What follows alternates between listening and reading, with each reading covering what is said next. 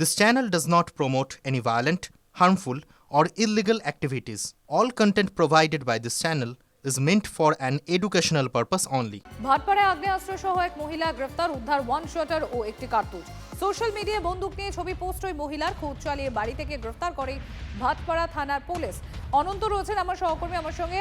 অনন্ত, কি বিষয়? সোশ্যাল মিডিয়ায় ছবি পোস্ট করছেন এরকম ওপেনলি, তার কাছে কি কোনো লাইসেন্স পাওয়া গিয়েছে? কিভাবে এলো ওই আগ্নেয়াস্ত্র? কি তথ্য উঠে আসছে তদন্তে? যে পাইপগানটি তার হাতে ধরা পড়েছে রিয়া কর্মকার সিং, সেটা হচ্ছে হ্যান্ডমেড। এই যে পাইপগান সে কোথা থেকে পেল তদন্ত করছে ভাটপাড়া থানার পুলিশ।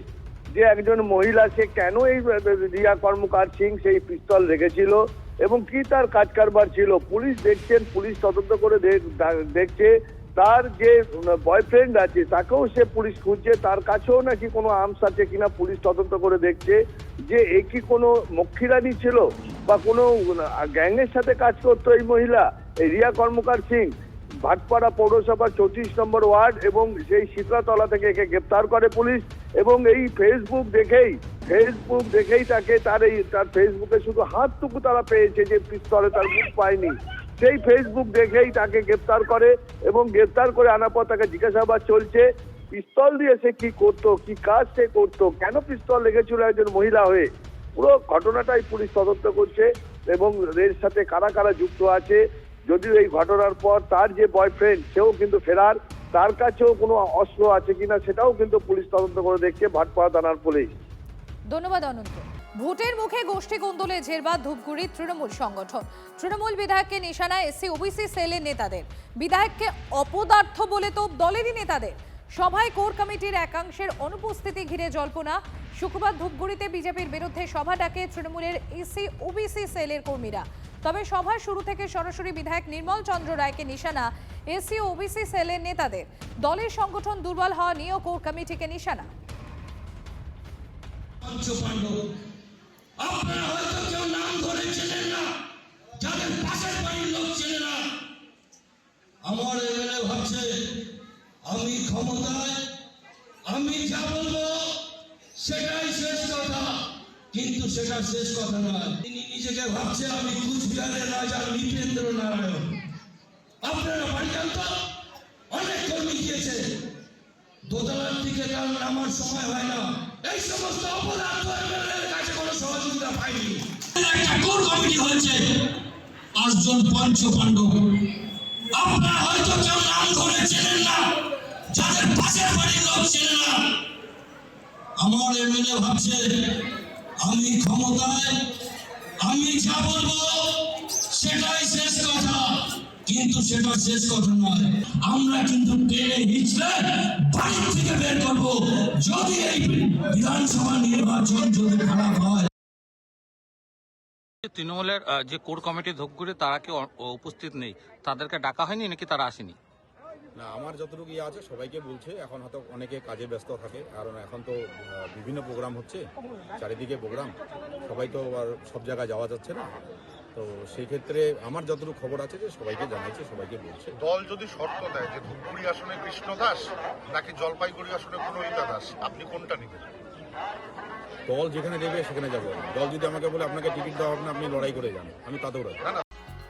বসিরহাটে ট্যাবের টাকার দাবিতে পড়ুয়া বিক্ষোভ। স্কুলের গেটে তালা মেরে বিক্ষোভী ছাত্রছাত্রীরা। দুলদুলি মঠবাড়ি বেএন হাই স্কুলের ঘটনা। অভিযোগ, নথি জমার পরও ট্যাবের টাকা অ্যাকাউন্টে আসেনি। শিক্ষকদের জানিয়েও সমস্যার সমাধান হয়নি বলে অভিযোগ পড়ুয়াদের। দীপঙ্কর রয়েছেন আমাদের সঙ্গে। দীপঙ্কর, ঠিক কি অভিযোগ আর এখনো পর্যন্ত প্রশাসনের তরফ থেকেই কি রেসপন্স পাওয়া যাচ্ছে? কোনো কি আশ্বাস পাওয়া গিয়েছে?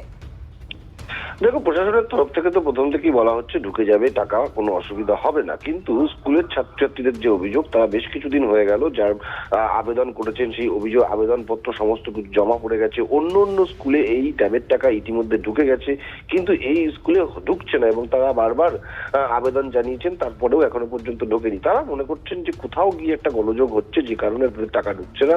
দুলদুলি মঠবাড়ি বিএন হাই স্কুলের ঘটনা। ছাত্রছাত্রীরা আজকে গেটে তালা মেরে দেন, তালা মেরে দিয়ে বিক্ষোভ করেন এবং তাদের দাবি যত দ্রুত সম্ভব তাদের এই ট্যাবের টাকা ঢুকতে হবে। যদিও প্রধান শিক্ষক আশ্বস্ত করছেন যে তিনিও যোগাযোগ করছেন উচ্চ পর্যায়ে, যাতে দ্রুত এই ট্যাবের টাকা ঢুকে যায়, ছাত্রছাত্রীদের সমস্যার সমাধান হয় সম্প্রতি। ধন্যবাদ দীপঙ্কর। ক্ষমতায় এলেই তৃণমূল পরিচালিত জেলা পরিষদ ভেঙে দখল করার হুঁশিয়ারি জলপাইগুড়ির বিজেপি নেতার। পরিবর্তন সংকল্প যাত্রায় বিজেপির জেলা সহ সভাপতি চন্দন বর্মনের হুঁশিয়ারি, বিজেপি ক্ষমতায় এলেই ছাপ্পা ভোটে জিতে যারা জেলা পরিষদের সদস্য হয়েছে তাদের পদত্যাগে বাধ্য করা হবে। বিজেপি 200-র বেশি আসনে জিতবে, তাই 2026-এর নির্বাচন পিসি ভাইপোর বিসর্জন।